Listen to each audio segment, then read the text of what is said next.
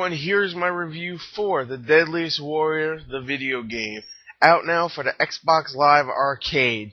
Now, I bought this game a few days ago, and I've played plenty of it. Played all the arcade modes, played all the characters' arcades, and yeah, here's my review for it. It's going to be a pretty short one because there's not really many stories or anything, so yeah, let's just go straight into the sound of the game.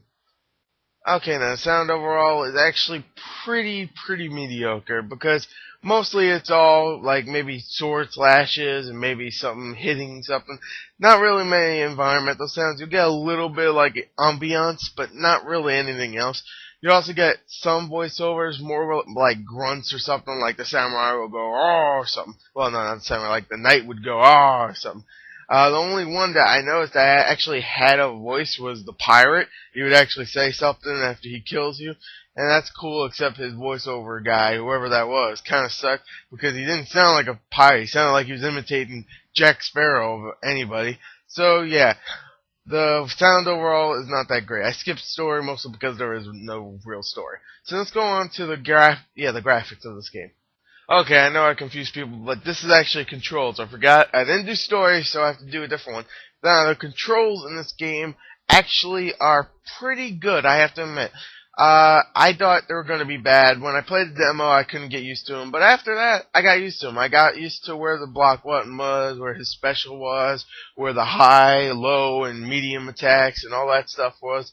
I got used to the kind of special move that each character has. You only have like 8 characters in the game.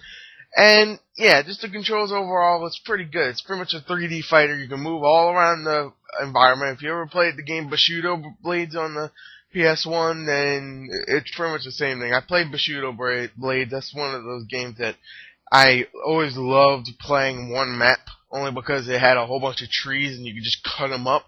I don't know, maybe it was just me when I was a kid. I was like, I want to cut up all the trees. Anyway, that has nothing to do with this game. Anyway, controls overall are actually pretty decent. Let's go on to the graphics this time of the. Okay, now the graphics in the game, I have to admit, are pretty mediocre.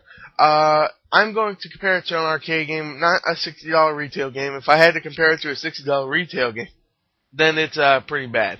But to an arcade game, it's not that bad. The environments are really bland. You know what? It's kind of bordering bad because there'll be pieces of grass everywhere and it's like sticking up like sheets of paper, and it doesn't look good. The environments themselves just look so drab. You know, the textures look all messy looking and stuff. But the character models overall are actually okay looking. Like the vampire. Oh, they should put him in. They should put a vampire in here. That'd be awesome. Now the samurai looks like a samurai. You know, a generic samurai. A pirate looks like a generic pirate. The ninja looks like a generic ninja. There's nothing special about these characters.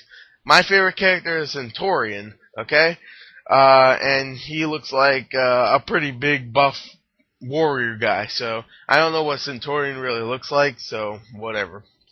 For him, he looks like a big buff dude that should be in Gears of War. So overall, I think the graphics are okay for an arcade game. So let's go on to the gameplay, the most important part of the. Now before I start, I didn't get the chance to play much multiplayer, so this is pretty much from what I've played with arcade mode.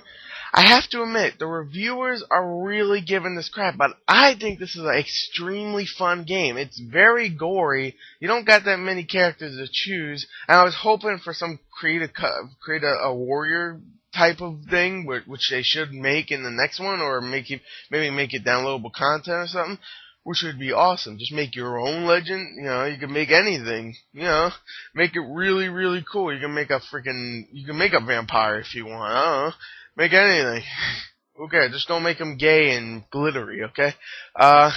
So yeah, I would love to see that, but overall, I think the game's actually pretty fun. The critics are really giving this crap, but most people that bought it are pretty much like me and saying it's actually really fun. It's probably one of the most innovative, well, no, not innovative, alright, it's not innovative. It's probably the most fun I had with a fighter for a long time, because I'm not a big fighting game fan.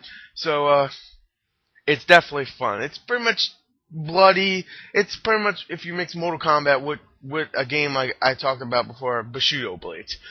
Because Bushido Blades, I don't remember if that was blood. I don't think so. I think it was rated T. If you kill someone, you could chop their head off, you could chop their arm off, you could chop someone's arm off and they'll still be fighting, you could chop both their arms off, then they're fucked. You could chop their legs off and arms off and do a Black Knight on them. That's awesome. There's even an achievement called that, and it's awesome. Each every character has their own weapons. So the ninja will have like a little small sword, and he'll have like a ninja assassin thing, whatever the hell that's called. You know, if you see Ninja Assassin, he has that thing they throw around. Like a pirate will have a gun. What the hell is that kind of sword called? A cutlass, and he also have a spear for some reason. I don't remember pirates really having spears, but you know, whenever he's on his boat, he could just throw that spear at the water and catch fish. I don't know. Whatever. You know, every character has a different kind of weapon, and when you play the arcade, you'll unlock another weapon for them. You could bring to, I guess, multiplayer. I didn't play much of it, so you could bring that to multiplayer. You have two different choices for weapons. You have 3 weapons that you take into there. You have a ranged weapon, you have a longer weapon, and you have like a short weapon, like a sword. So overall, I have to admit, it's a pretty fun game. I mean, you could chop people's heads off, kill them, you could create some sweet-ass matches like pirate versus samurai, Viking, whatever. So, yeah, I really, really like this game. I know I wasn't really big on in-depth in this game, but I really recommend at least try the demo. And play it a little bit longer than I did. I played 2 matches first time, I really didn't like it. I played it some more, I was like, hey, actually, I'm getting the hang of this. So yeah, play some more. I really like this game. Look for my Snoopy Flying Ace review later on, not today, but probably, I don't know, Tuesday or something. If I had to give this a score, I would give it a look in the description. I'm not telling you right now. Ha ha ha. Anyway, there you go, I'm done. Thank you for listening, and